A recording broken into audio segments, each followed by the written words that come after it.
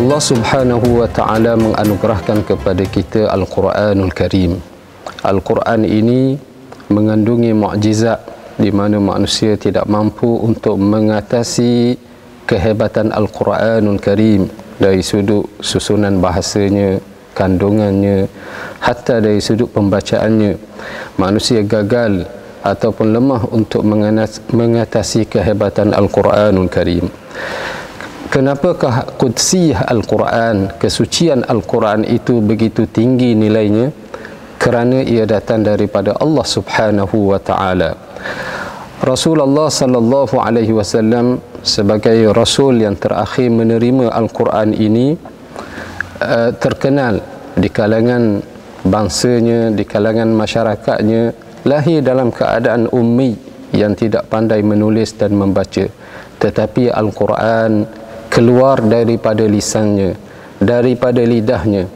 Siapakah yang mengajar Al-Quran kepada Nabi sallallahu alaihi wasallam, yang mana manusia di zamannya tidak mengetahui bahawa dia tidak boleh membaca dan menulis? Tidak lain dan tidak bukan datang daripada Allah Subhanahu wa Ta'ala. Wa ma yantiqu 'anil hawa in huwa illa wahyun yuha. Nabi sallallahu alaihi wasallam tidak berucap mengikut hawa nafsu, tetapi Nabi berucap menyatakan dakwah datang daripada Allah Subhanahu wa Ta'ala, wahyu yang diwahyukan. Apabila wahyu diturunkan kepada Nabi sallallahu alaihi wasallam, Nabi telah melakukan 4 perkara: menghafaz Al-Quran dan memahaminya. Nabi menyampaikan dan menceritakan Al-Quran kepada manusia. Yang ketiga, Nabi menghuraikan dan menafsirkan ayat yang disampaikan. Dan yang terakhir, Nabi melaksanakan segala isi kandungan Al-Quranul Karim. Al-Quran ini adalah bukan hasil daripada Nabi Muhammad sallallahu alaihi wasallam ataupun bukan hasil ciptaan dari mana-mana manusia, tetapi kita yakin bahawa dia datang sama ada lafaz dan maknanya keseluruhannya datang daripada Allah Subhanahu wa Ta'ala. Apakah makna i'jaz lughawi bahasa Al-Quranul Karim? Timbul satu isu di mana manusia menyatakan bahawa Al-Quran turun dalam bahasa Arab.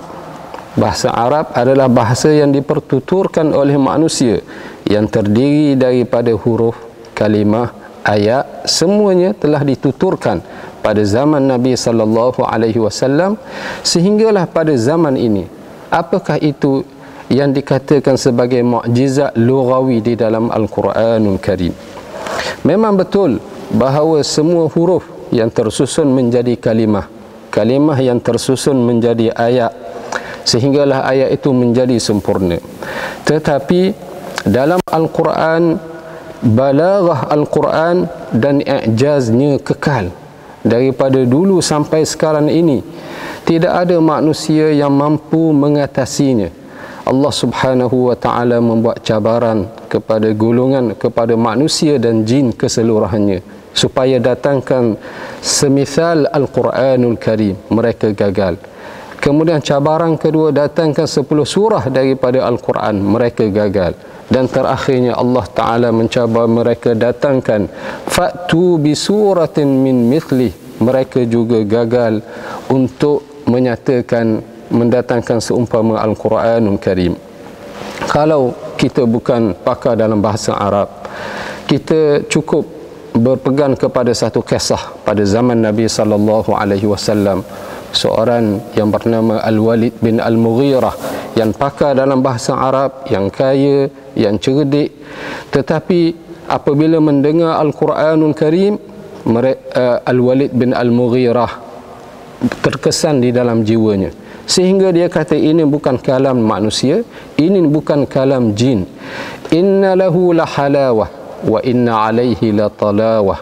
Sesungguhnya dalam Al-Quran itu amat manis dan bahasanya cukup cantik dan menarik, dan di atasnya penuh dengan buah-buahan yang ranum, di bawahnya penuh dengan kesuburan, dan dia adalah tinggi dan tidak ada yang lebih tinggi daripada Al-Quranul Karim.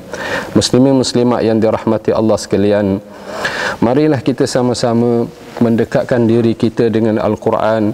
kita mengetahui bahawa kefasihan bahasa Al-Quran dan juga maknanya begitu lengkap. Semua ayat dan kalimahnya memberi makna yang bernilai dan menjadi panduan kepada kita di dunia ini untuk kita meneruskan perjalanan pada alam yang selepasnya. Wallahu a'lam.